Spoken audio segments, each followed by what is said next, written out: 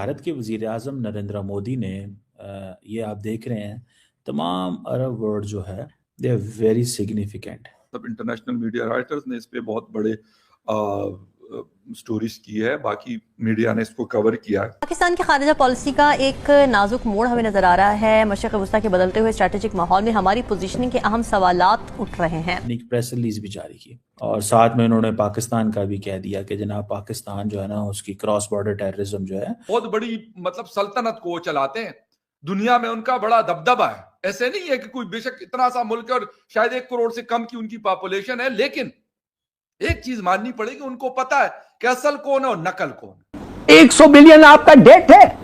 World bank, IMF, ADB 44 billion, China 30 billion, Paris club 11 billion, bond market 7 billion. अरे क्या करते हैं आप? हाँ। हैं? तो UAE को कहते हैं कि उनसे लिया हुआ लोन आप वापस नहीं कर सकते, 1 साल और दिया जाए। उस वक्त भी आपको शर्मिंदा हो जाना चाहिए कि आपने मुल्क की क्या हालत कर दी है। देखिए, फॉर गॉड से कब तक, और आप देने का कोई बात ही नहीं करते हैं। काशकोल लेके खड़े हो जाते हैं उधर, कहते थोड़ी देर और मेहरबानी से थोड़ा और दे दें जी, थोड़ा और दे दें। What are you? सवाल यह है कि आखिर ऐसा क्या हुआ कि चीन जैसा स्ट्रेटेजिक पार्टनर अपना हाथ खींच रहा है। तो एक तरफ आप देखें कि पाकिस्तान को भी हिट कर दिया टेररिज्म का नाम लेकर। दोस्तों, भारत के वज़ीर आज़म नरेंद्र मोदी ने ये आप देख रहे हैं तमाम अरब वर्ल्ड जो है उसके फॉरेन मिनिस्टर्स और असिस्टेंट फॉरेन मिनिस्टर्स और उनके जो रिप्रेजेंटेटिव्स हैं उनको इंडिया बुलाया हुआ था। और ये एक इंडिया वो जिसे कहते हैं ना अपने ताल्लुकात अरब वर्ल्ड के साथ मजबूत कर रहा है ताकि पाकिस्तान को माइनस किया जाए, जो फैक्ट है, ठीक है, ताकि पाकिस्तान को माइनस किया जाए। अभी मैं देख रहा था जयशंकर साहब जो हैं उन्होंने भी वहाँ पे स्पीच की।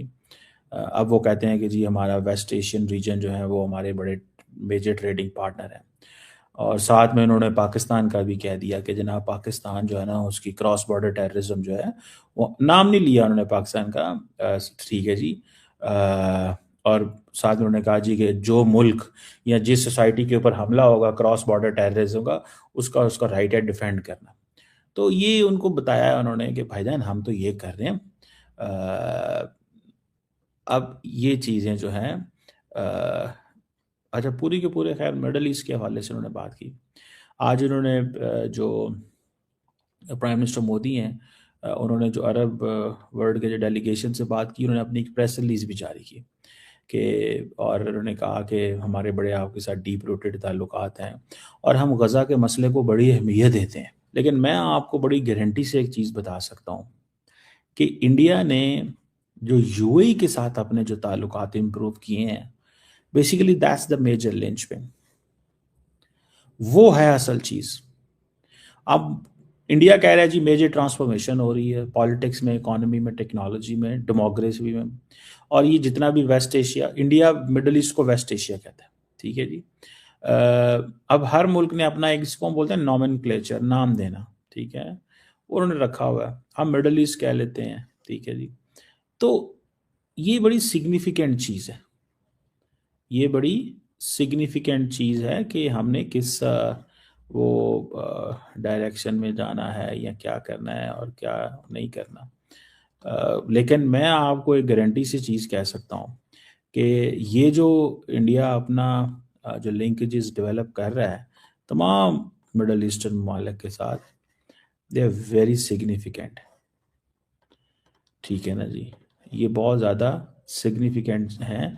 और इसमें इंडिया को अपनी जो पोजीशन है वो सामने रखी हुई है उन्होंने कि हम हर कीमत के अंदर फोकस करें तमाम, एक तो इनके साथ बिजनेस करें, इकोनॉमी अपनी बेहतर करें, अपने लोगों को मिडल ईस्ट में भेजें, इनसे जो है वो करें। लेकिन इंडिया का ताल्लुक सिर्फ UAE और ओमान से है। तो डिफेंस डील की गई है UAE और भारत के बीच में। इससे पहले सऊदी अरेबिया और पाकिस्तान के बीच में भी डिफेंस डील हुई थी। दोनों में सबसे पहले आपको क्या डिफरेंस लग रहा है और क्या ये बात कितनी इंपॉर्टेंस रखती है?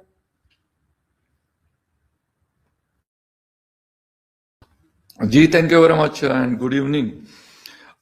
जहां तक बात है डिफेंस डील की, तो ये दौरा तो वैसे जो मीडिया ने इसको रिपोर्ट किया है, apart from the Indian media, मतलब इंटरनेशनल मीडिया राइटर्स ने इस पे बहुत बड़े स्टोरीज की है, बाकी मीडिया ने इसको कवर किया है कि 2 घंटे का विजिट था, लेकिन जो चीजें देखने में आ रही है वो काफी ज्यादा है।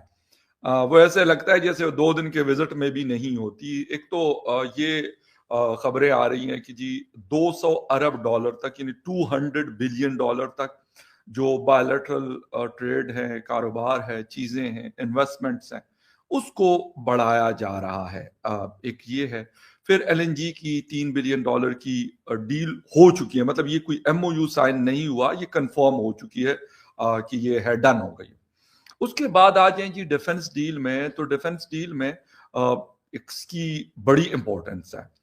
पाकिस्तान के साथ सऊदी अरेबिया ने डिफेंस पैक्ट किया, फिर उसके कुछ दिनों बाद कतर ने अमेरिका के साथ डिफेंस, हालांकि पहले भी ये चीजें चल रही थी, और अब यूएई को हम देख रहे हैं कि उन्होंने इंडिया के साथ ये डील की। हालांकि एक्सपेक्ट ये किया जा रहा था कि शायद कतर करेगा पाकिस्तान के साथ, एंड माइट बी पॉसिबल कि इन फ्यूचर यूएई भी ऐसा कर सकता है।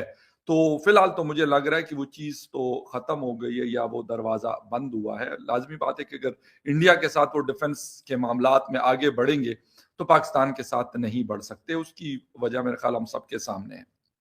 जहां तक बात है कि एक तो इसके अंदर डिफेंस के मामलात तो है, लेकिन इसमें जो सिविल न्यूक्लियर टेक्नोलॉजी है उसकी भी बात हुई है, जो बहुत अहम है।